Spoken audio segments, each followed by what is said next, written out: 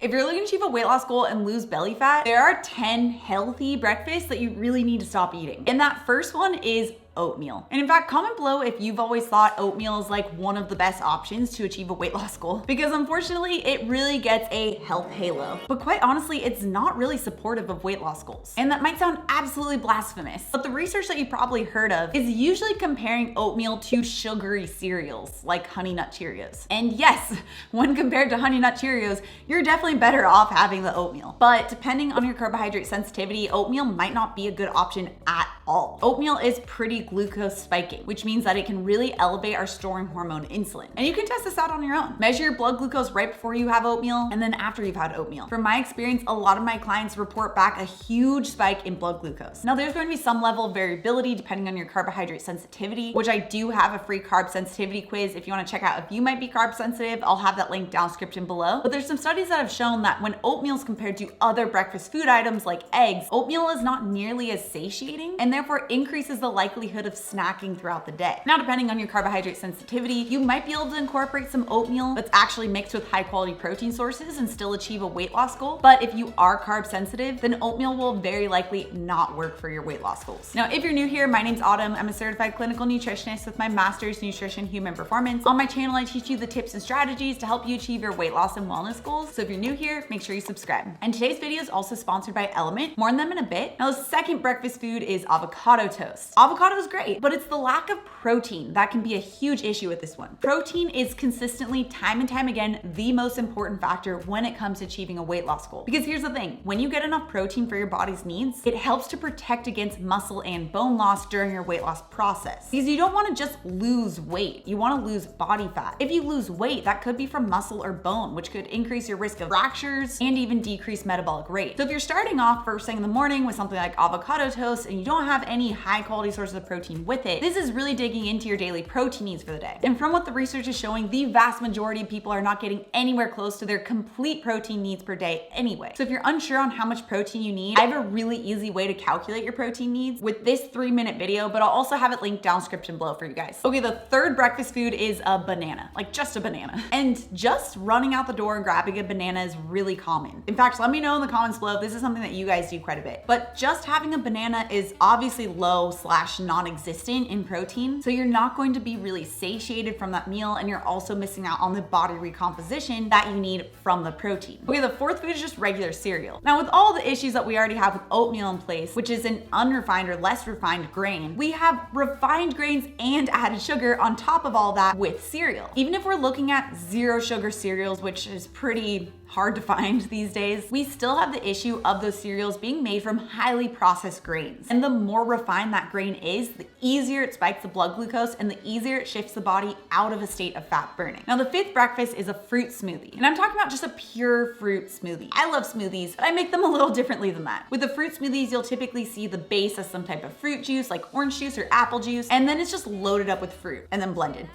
Now, this is a lot more fruit than you'd be able to eat in one sitting. Just with something like orange juice alone, that's about 4 to 5 oranges, plus any additional fruit that you're blending in. It would be pretty difficult to eat all that fruit in one sitting if you're just eating it whole. Where if you blend it into a smoothie, you can drink up that equivalent amount of sugar, which can be north of 100 grams of sugar in one fruit smoothie, in just a matter of a few minutes. Now, this is obviously really high in sugar that can spike the storing hormone insulin, but it's also high in fructose, which has a unique way of causing the body to hold on to weight by increasing insulin resistance. But not all smoothies are a problem. Like I mentioned, I love having smoothies. You just need to make sure that it's rich in protein, fat, and fiber, and preferably opting for 1 to 2 servings of a low sugar fruit. So obviously, when it comes to achieving a weight loss goal, we want to really make sure we're minimizing sugar, because sugar is what really greatly spikes the storing hormone insulin and causes our body to shift out of that state of fat burning. So if you're exercising and you're using an electrolyte replacement, you want to make sure you're avoiding those common sports drinks that are loaded with sugar, which is where today's sponsor LMNT can be really useful. LMNT is a really high quality electrolyte replacement that has 0 sugar. And if you are looking to achieve a weight loss goal, you want to make sure you're getting enough of high quality electrolytes, because it's been found that low sodium diets can actually increase insulin resistance, which can make it harder to achieve a weight loss goal. And on top of that, if you're not getting enough electrolytes or balanced electrolytes, it can lead to feelings of headaches, low energy, or muscle fatigue. And LMNT is really easy to use. You just tear off the package, dump it in your water, give it a shake, and you're ready to go. I personally use intermittent fasting, and I like to have my unflavored LMNT during the fast. And when I have my eating window, I'll choose from the variety of different LMNT flavors, which are still 0 sugar. Lately, I've been loving the lemon habanero flavor, but they also have other flavors like orange or raspberry or even chocolate, which can sound a little weird and I was a bit skeptical at first. When you add it into warm water, it's kind of like having hot chocolate. You can get 8 days worth of LMNT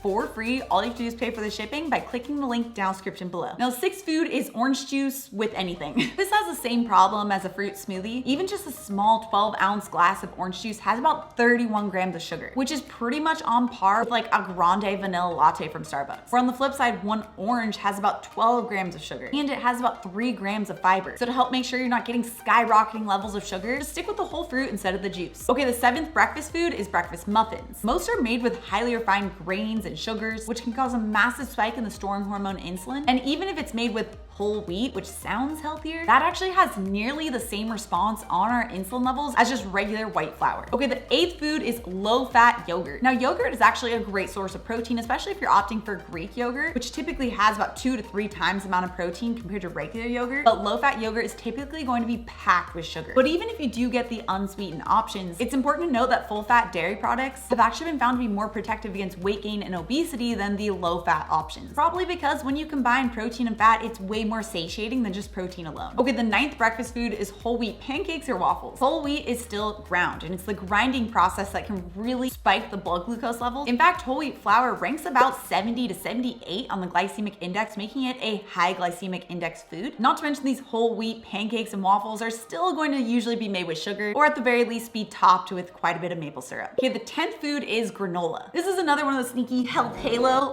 items. Now, granola is usually made with a less refined form of grains in the format of oats. But what makes granola so enticing is that it's usually baked with quite a bit of maple syrup or coconut sugar. Now, there are different types of pre-packaged granolas you can get now that don't have any sugar, and even ones that don't have any grains either. But I like to just make my own. I'll get a mixture of my favorite nuts and seeds and add coconut flakes and cacao nibs and top it all with cinnamon and use that as my topping to my Greek yogurt or cottage cheese bowls. Now, if you really love oatmeal and you need some type of alternative, I have an amazing recipe for you guys that you need to check out right here. Also, if you're new to my channel and you love this science-backed information, make sure you subscribe right here. Come out new videos every Tuesday and Thursday. All right, guys, thanks so much for tuning in, and I'll see you in my next video.